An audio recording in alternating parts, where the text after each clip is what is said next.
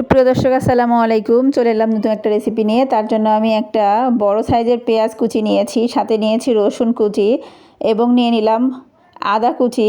এর সঙ্গে দিয়ে দিয়েছি 8-10টা কাঁচামরিচ, হাফ চা চামচ জিরা এবং ধনিয়া পাতা, সাথে দিব এক টুকরা টমেটো, পাকা টমেটো একসঙ্গে ব্লেন্ড করে রেখে দিলাম। এখানে আমি মুরগি নিয়েছি, মাঝারি সাইজের টুকরা করেছি, না ছোট না বড়। এর সঙ্গে আমি পেস্টটা দিয়ে সুন্দর করে মেরিনেট করে নেব। এটা মেরিনেট হয়ে গেলে সাথে দিয়ে দিচ্ছি একটু লবণ স্বাদ মতো, দিয়ে এটা মেরিনেট করে আমি রেখে দেব।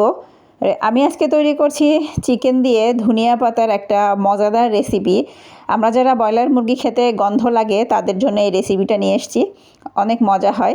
তো আমি পাত্রে তেল নিয়ে দিয়ে দিলাম 2টো তেজপাতা, 2টো ছোটো এলাচ, একটা বড় এলাচ, আর দিয়ে দিলাম 3টা লবঙ্গ। দিয়ে এটা সঙ্গে আমি দিয়ে দেবো এখন হাফ চা চামচ পরিমাণে গোটা জিরা। দিয়ে এটা ভেজে নিয়ে এর সঙ্গে দিয়ে দেবো আমি হাফ কাপ পরিমাণ পেঁয়াজ কুচিটা দিয়ে এটা লাল লাল করে ভেজে নিয়ে এর মধ্যে আমি মেরিনেট করে রাখা মুরগিগুলো দিয়ে দেব। এখন এটা সুন্দর করে আমি এটা নাড়াচাড়া করে কষিয়ে নেব।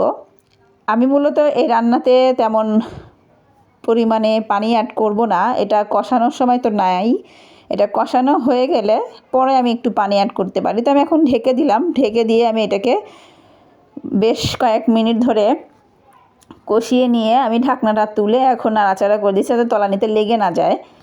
তো আজকে তরকারিটার কালারটা সবুজ সবুজ হবে, কিন্তু দুর্দান্ত হয় এটা খেতে।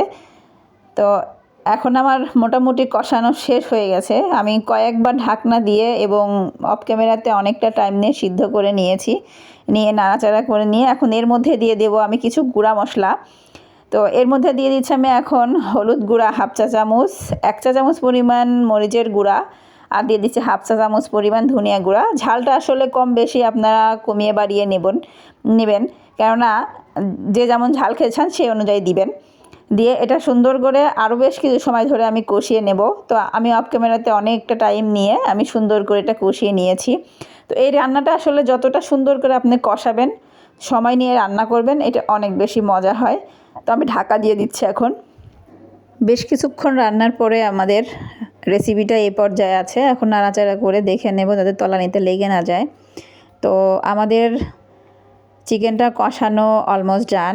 তো এই পর্যায়ে আপনারা দেখে নিতে পারেন লবণের পরিমাণটা কেমন, যদি লবণের পরিমাণটা দরকার হয় অবশ্যই দেবেন। তো আমি এখন এর মধ্যে দিয়ে দিলাম যে ব্লেন্ডারে ব্লেন্ড করেছিলাম তার মধ্যে আমি একটু পানি দিয়ে সেই পানিটা এর মধ্যে দিয়ে দিলাম। দিয়ে আমি আরও কিছু সময় ঢাকা দিয়ে রেখে কষিয়ে নিলাম। তো আমাদের রান্নাটা অলমোস্ট ডান। আমি এই তরকারিতে গ্রেভিটা তেমন রাখবো না, তো দেখেই বুঝতে পারছেন এটা কতটা লোভনীয় হয়েছে। আপনারা অবশ্যই বাসায় ট্রাই করবেন এবং সুস্থ থাকবেন, ভালো থাকবেন। আল্লাহ হাফেজ।